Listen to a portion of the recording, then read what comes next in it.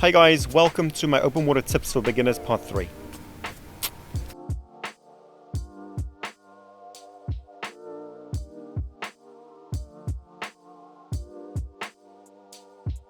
Hi guys, welcome. My name is Bjorn Ludik. I'm a full-time triathlon coach in Cork in Ireland. I've been coaching athletes from total beginners all the way to the elite. I'm going to be taking you through the part 3 of the open water swim series that I've done. I've done the part 1, which was the where and when to go swimming in the sea. The part 2 was all about equipment, and then today's going to be part 3, whereby I'm going to talk about swim specific skills.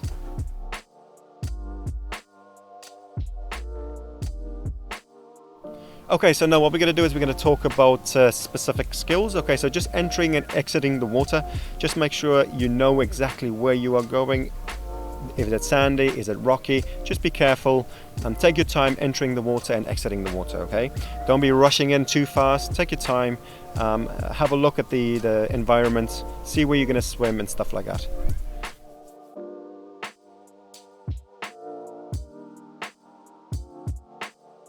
So the water will be pretty cold, okay? If you haven't done open water swimming this year, it'll be cold.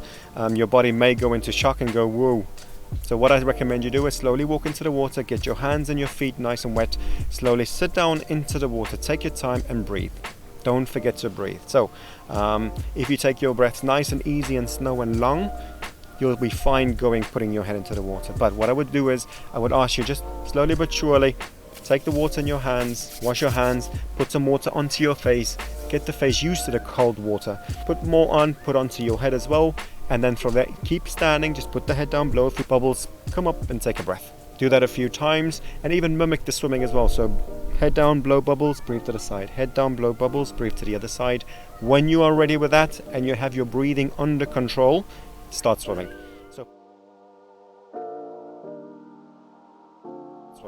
So pick a spot where you're going to swim to and then swim to that specific spot. Okay. What I sometimes do as well is if the water is very cold, I take my time, I maybe do 10 or 15 strokes, I stop and I take my breath. Then when I'm ready again, then I do 10 to 15 strokes. Every time I do that, I try and do a few more strokes and try and swim a little bit further.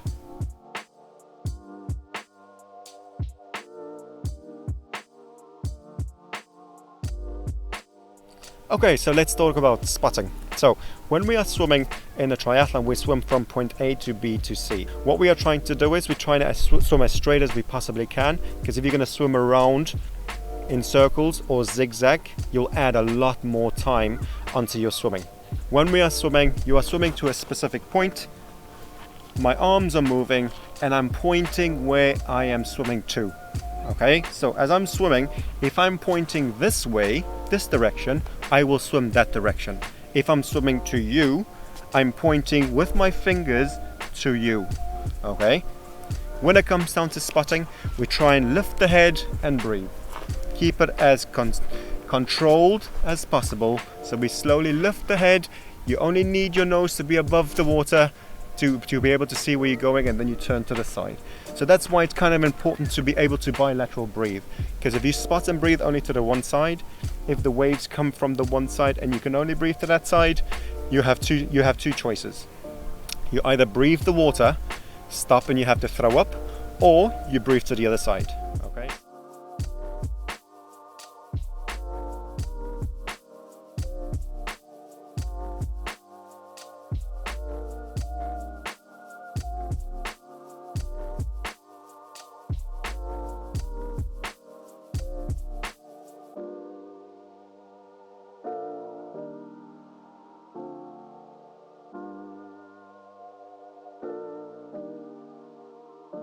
So when it comes down to conditions, they do not adapt to you. You have to adapt to the conditions.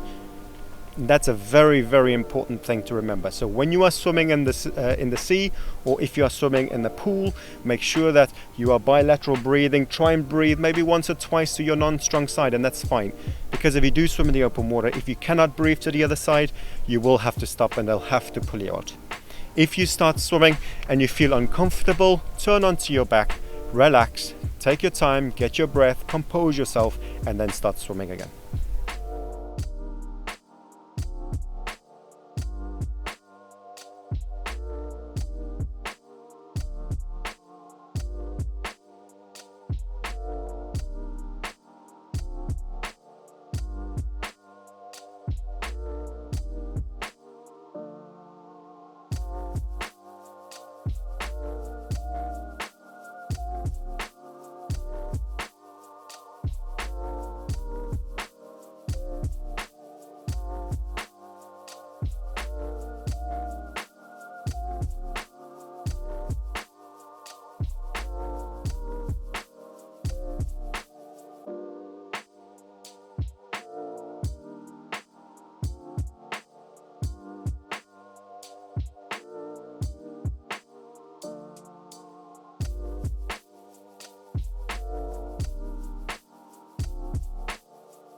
When we are swimming around buoys, so we were spotting and we were pointing towards the buoy.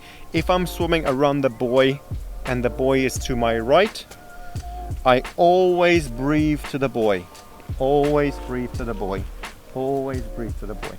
Because if I breathe the opposite direction, I may overshoot the buoy. If I'm swimming around the buoy to my left, I'm breathing to my left. Breathing to my left. Breathing to my left. Breathing to my left. And then I need to spot and point with my fingers where I'm swimming. Okay? Again, if I'm breathing to the other side, I may add another 5 meters onto my swim, which if you have 3 or 4 buoys to go around, 5 seconds on this one, 5 seconds on the other one, and it all adds up. And you can add another 20, 30, 40, even minutes onto your swimming if you do not breathe towards the buoy.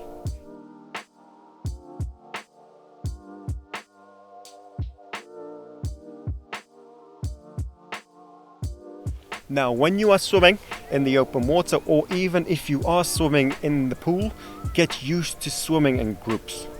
Okay, so one session out of maybe every few sessions, if you're swimming in a swimming club or if you're swimming on your own, or maybe with a few friends, try and get a few people in one lane and just do 25 meters and get used to swimming side to side and behind each other.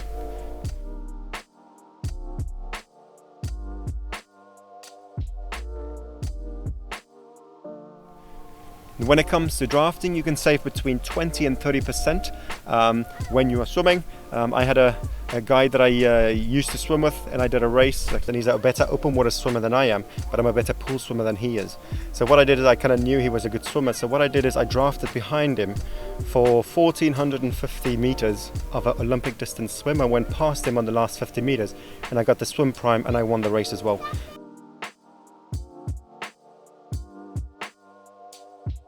If you are swimming behind someone, if you do not draft within the 1 meter area, you are not drafting at all. You do not get the full benefit out of the drafting.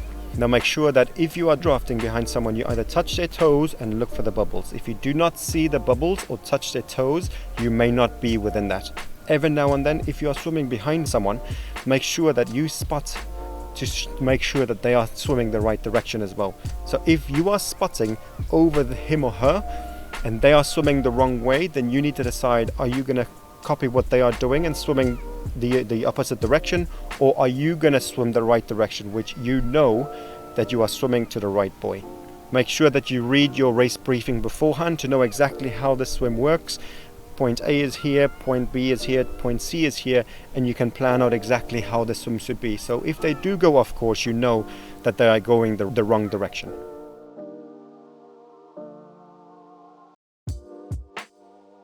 So if you do swim behind someone, it's great because you can follow their toes. If you swim on their hips, make sure that your shoulders are in line with their hips and try and stay nice and close, because as a person swims through the water, there's a little trough that gets made.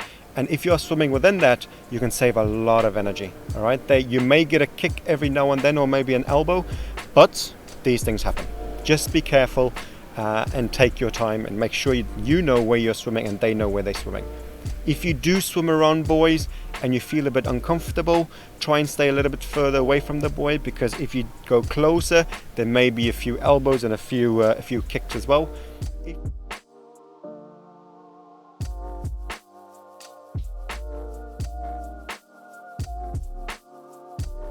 So if you have done your research to know exactly how the swim goes, you've read your race briefing, let's say it's from here to here to here, but the current is going this way, you may have to overshoot the buoy a little bit. So what I mean by that is this.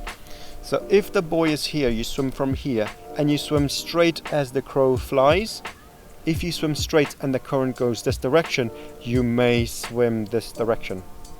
If the current's very strong, you'll go further. If it's not as strong, you won't go as far. So what you may have to do is you may have to swim towards this area. So as you swim up, the current will push you towards the buoy. So it's not always swimming as the crow flies. Sometimes you have to overcompensate a little bit to make sure that you get to the point B or maybe the point C. So if you're at the point A over here and the point B is here and the current goes this direction again, if you're going to swim towards the buoy, you may overshoot the buoy. If you swim a little bit this way, the current will push you this direction. Okay.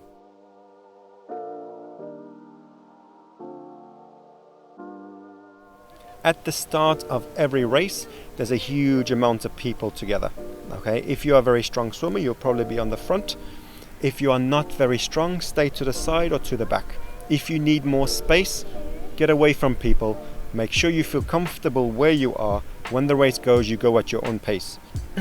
Remember that if you are a non-strong swimmer and you go to the front, you may get swum over. Okay, if that does happen, it's your fault, because you know what you are capable of, and you know exactly how fast you can go and how fast the other competitors are as well.